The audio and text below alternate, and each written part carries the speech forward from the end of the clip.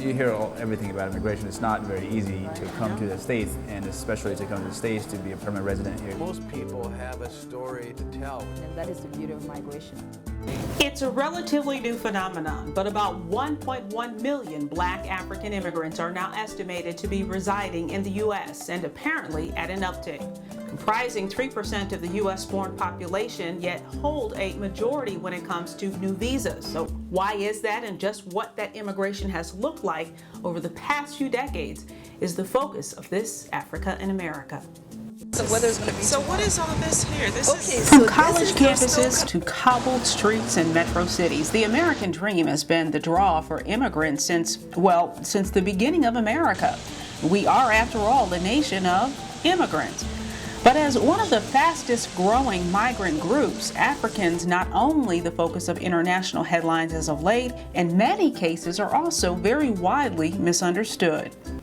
The media certainly does not help with those misperceptions in many ways, because they show one view many times of Africa, and that is poor, desolate, humanitarian case, health, disease. And whilst those issues persist in certain areas, that's not what many experience on day to day in many of these countries. And is that right? I mean, talk a little bit about that misperception. correct. I think the issue of misperception is absolutely one that I think is of concern to a lot of us who are here. Because as you said, I think rightfully, a lot of what is being portrayed is all of what is not good. It's diseases, it's poverty, it's corruption, it's political, instability and all of that.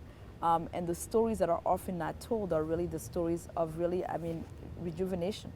There's not those stories that are told. There's not the story of vibrancy and the fact that, one of the fastest growing areas when it comes economically, happen to be in Africa, in terms of some of the countries in Africa that are experiencing tremendous growth. That story is not being told. People who immigrate never really cut themselves off from their home base, is what I often say. And in many ways, we have one foot here, one foot there. And so in that instance, I think a lot of us stay connected to our parts of the world in many ways. And I think also our governments have begun to realize the value that brings. So would you consider yourself an African or an American? I would say I'm an African living in America. I'm African first, and living in America, I'm American second. A better path to that understanding starts at the beginning by examining just who Africans, not to be confused with Black Americans, are and how they come to arrive in America, yet still very culturally connected to their communities. For me, I've been here 12 years. That's a really good fraction of my time. So this is my country. Right. This is home to you. This is home to me. But I really think there's a lot of value in people who are doing things and succeeding here in a global economy where it really helps to know about or to have exposure. African immigrants or immigrants of all countries are giving exposure to their countries in a place that is very powerful, very wealthy, etc. Also, there are a lot of threads between people who live here and back home that connect us, so that people are sending money, whether it's going on. I used to go teach at Sudan University. Demographically speaking, most of America's African immigrant population hail from 12 of the 50-plus countries that make up the continent. Nigerians, President Obama's paternal makeup, are the largest segment. Egyptians come in second. Ethiopians rank fourth. South Africans, including people like actress Charlize Theron, are sixth. And Kenyans, like Lupita Nyong'o, rounding out the 10th. And these are some of her friends in Khartoum.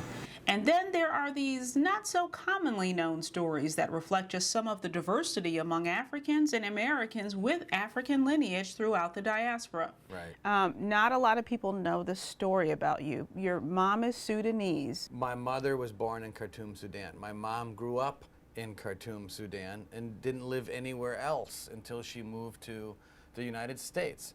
Met my father, who was in the army in Ethiopia, in Asmara, and met in the late 60s, got married in Africa, and then moved from there, growing up their entire life, to Queens, New York. So you want to talk about a clash of culture? Cultures, right. There you go. Yeah. It's a little, if at all, known fact about one of the nation's top leaders in American politics, the chairman of the Republican National Committee, Reince Priebus. Where does Reince Priebus come from? What is that? Well, I tell people it's what happens when a Greek and a German get married. Despite the name, his Greek and African heritage has helped shape Priebus's ideals and reflect the core principles of immigration and African migration in particular. It was a really, from what I hear, it was a really neat time in Africa when much of Europe and a lot of exploration and business was booming at that time, and it was a great time to be there. So my grandfather had a brother who started a business in Khartoum. And my grandfather moved to Khartoum to help his brother, like when he was 16 or 17. Your parents were immigrants, and you became the chairman of the Republican National Committee. I mean, there's a message of really hope and opportunity through that too, right? And that's right. I mean, and growing up and just watching my grandfather, I mean, I used to tell this story. He was very much into politics, and in Greece, as you may know, there's only a few parties, and at the time when I grew up, there was the Socialist Party, which was called the PASOK.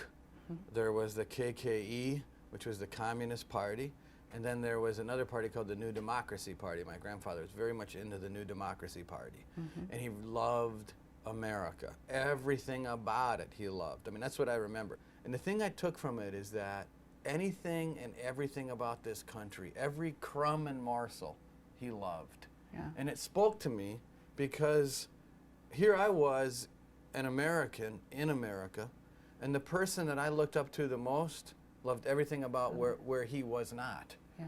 And that really, I think, shaped me in my appreciation for this great country. So the Africans, you know, many times will tell you, I'm American. This is the land of opportunity. I think everyone believes that this is the land of opportunity.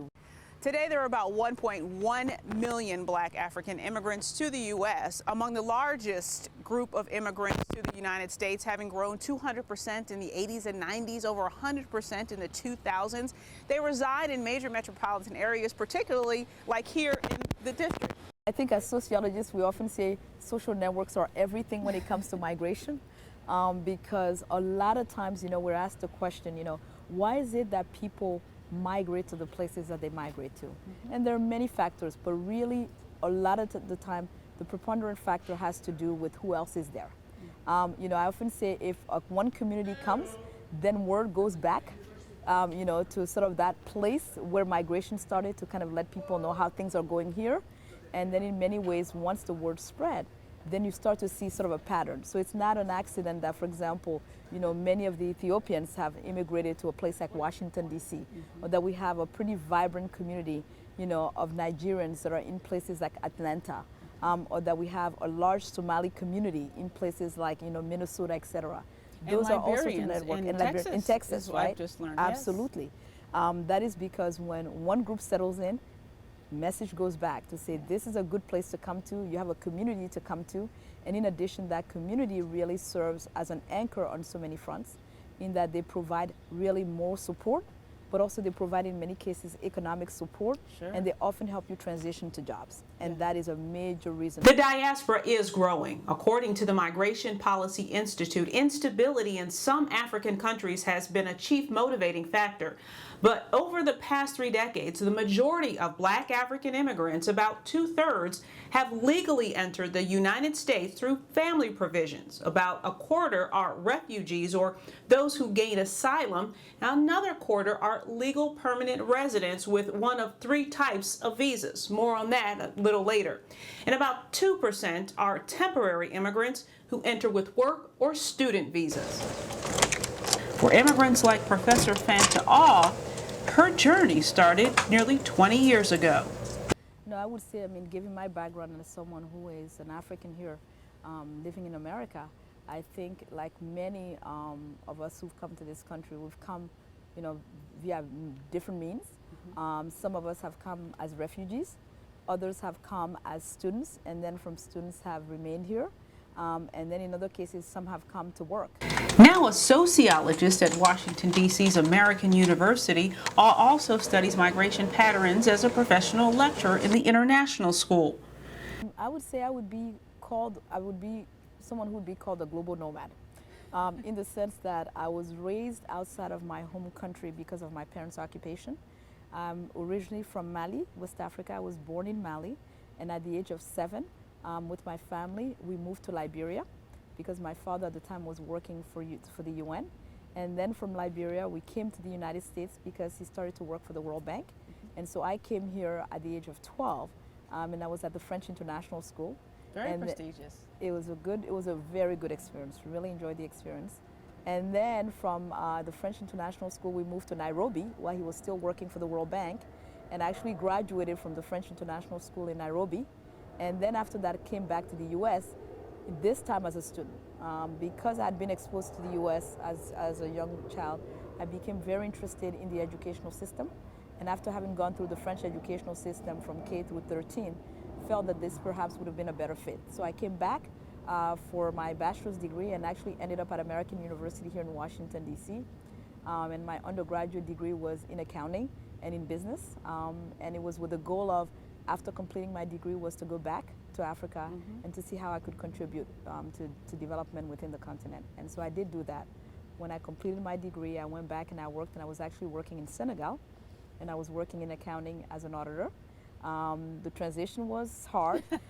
You missed it. I did miss it. I absolutely missed it, and decided to come back to pursue my graduate degree. And my graduate degree was back here at American University. An irony not lost, given that All also uses her experiences and position to now help international students transition to American culture. And she places great value on the richness of American culture because of African influence. While Africans comprise 10% of all legal admissions into the United States, they account for 48% of what are considered diversity visa immigrants. The diversity visa came about because the U.S. sort of government and Congress realized that with migration patterns that there was not the level of diversity that they could have. Particularly that some of the places that were really in many ways absent from migration were places like Africa and also some other parts of the world. And so they came up with the diversity lottery as really as a means to diversify the migration that was going on. And I would say certainly since the diversity lottery came in place in 1990 or so, it has benefited tremendously in terms of it has benefited African immigrants tremendously. Yeah, so I was in Austin. Austin is a really cool place. Since 2010, almost half of Africans, like Ethiopian transplant and Alexandria, Virginia resident Azarias Rita, are more likely to be admitted to the U.S. through the diversity visa. So DV lottery is something that you just apply to. You basically go to, so the U.S. State Department runs this thing, and annually about like 50,000 people from around the world or families from around the world are selected just by the rough luck to come to the States, to immigrate to the States. And as luck would have it, my family filled that out and we got it. Very lucky, considering his field of practice was non-existent in his homeland. He's a tech sector entrepreneur and LinkedIn alum with a PhD who parlayed his love for computer science with an American education into a lucrative business and political career, and at age 29 is just getting started. I'm really excited about where IT, computer science, the internet is going, especially as it applies to economies. If you look at the pattern, like China and India, that you see that a lot of outsourcing has happened over the years, where it's just as easy to, especially for the kind of work that we do, especially if it is divided up so well, it's just as easy to have it done in Ethiopia or in India as it is here, except you have one advantage, which is you can get it done for cheaper because the cost of life is much cheaper in Ethiopia than it is here. So you have a lot of smart people who can get connected, who can get online, who can do things, who can produce value, and without the barrier of the physical barrier, can actually be productive and get paid for it.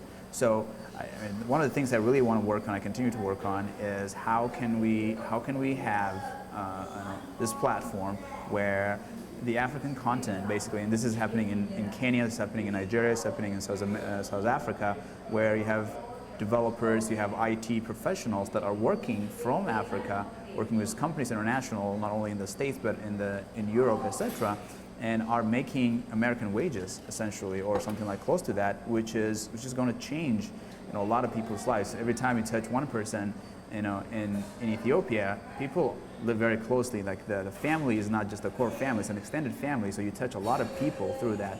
So I think there is a lot of opportunities that go on. I don't know if, like that book, The World is Flat by Thomas Friedman, kind of spells this out, where he was talking about India mostly and China, but I think that's going to start to happen. It already has started happening in Africa, and I think that's the hope that I have.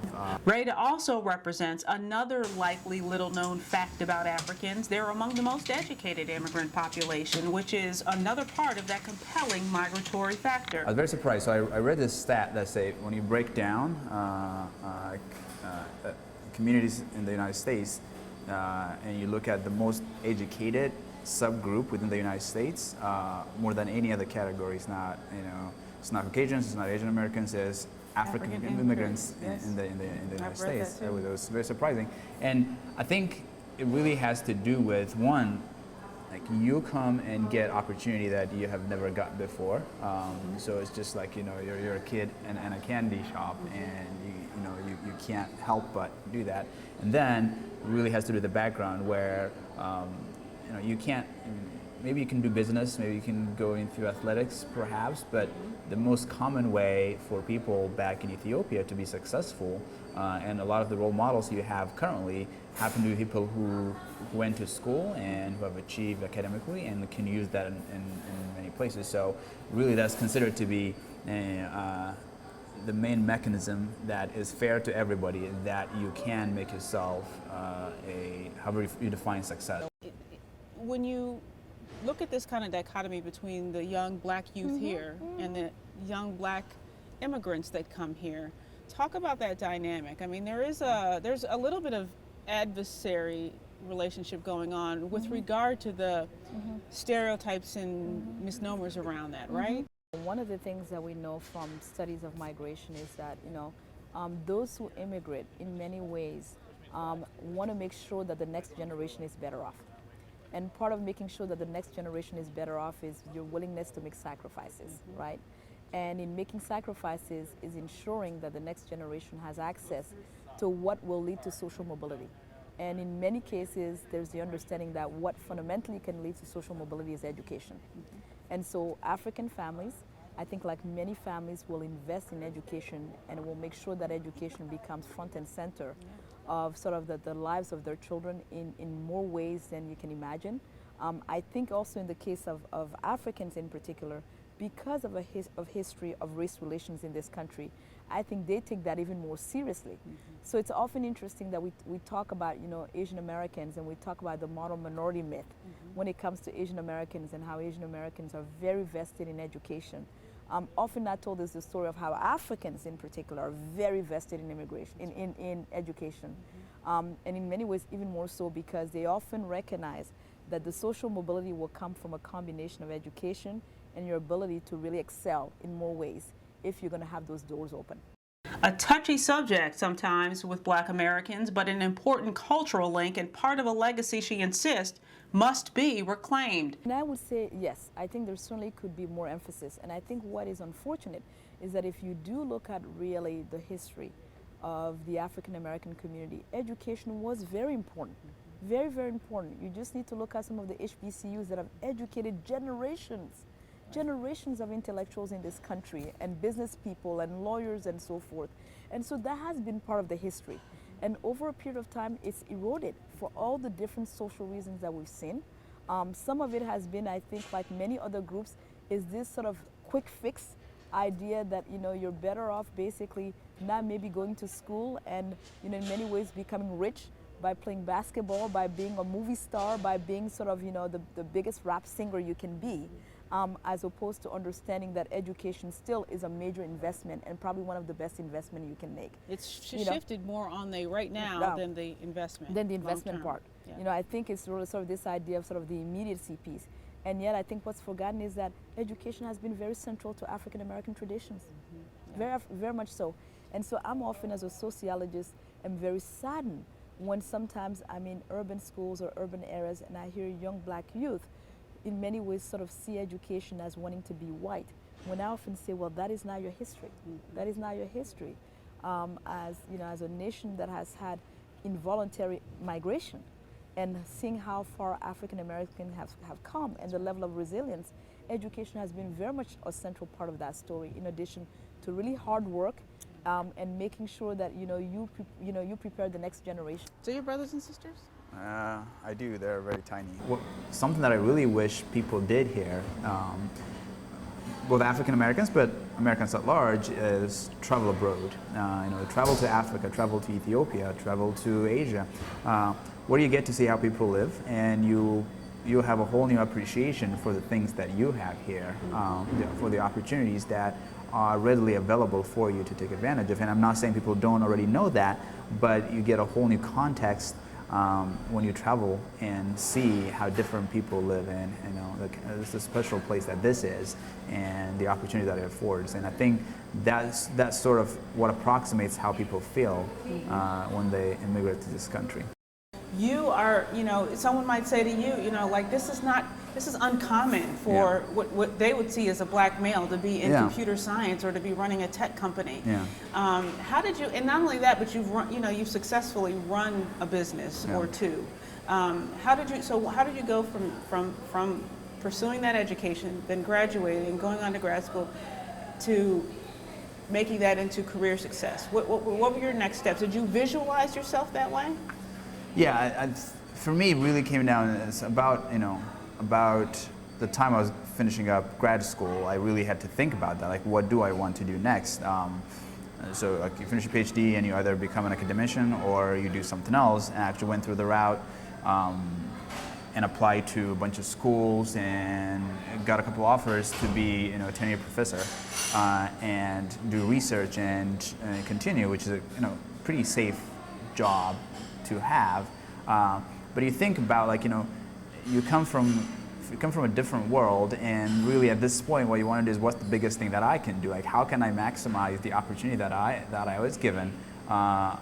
Just make a big splash. And again, how you define success is different. How can I be even more successful? So for me, like, you look at people, you look at role models, you look at folks like Bill Gates, and you see that they are successful because they're able to create businesses that were scalable, and that's where technology is. Computer science is a little different than perhaps some other kind of businesses where you can do things that can easily scale and touch a lot of people's lives. So I felt like I was in a position where I had studied computer science, I have a set of experiences and skill sets that I had gained that could be used into doing things that can turn big. And that's a process that takes a long time, but I wanted to try, and that's why. So I turned down an offer to be a professor, and I started my first company right after that. Just because you're given opportunities, you want to see how far it goes.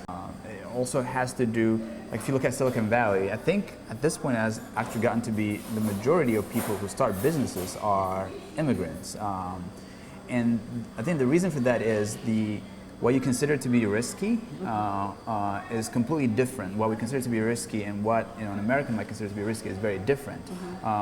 So it's perfectly okay to study English literature and drive a cab in Washington D.C. Or in New York for America. So you follow what you want to do because you're not worried about the standard of. Again, I'm generalizing. It's not probably correct at large, but for most people, the standard of life is that you can't go any lower than a certain amount, and you're free to do whatever you want. Sure. If you look at the immigrant community, which comes from even more difficult places, really, you look at this and say, I have to focus on what can propel me, as far as I can. That's why there's a big focus on STEM. So you have science, the hard sciences, engineering, mathematics. You have a lot of doctors. You have a lot of lawyers who go after these opportunities because this is the one thing that you have versus when you have a lot of things that you can try as an American, for example. As for that idyllic picture where dreams are fueled by unlimited opportunity and a bag packed with desire. This is when Yaya worked at the embassy.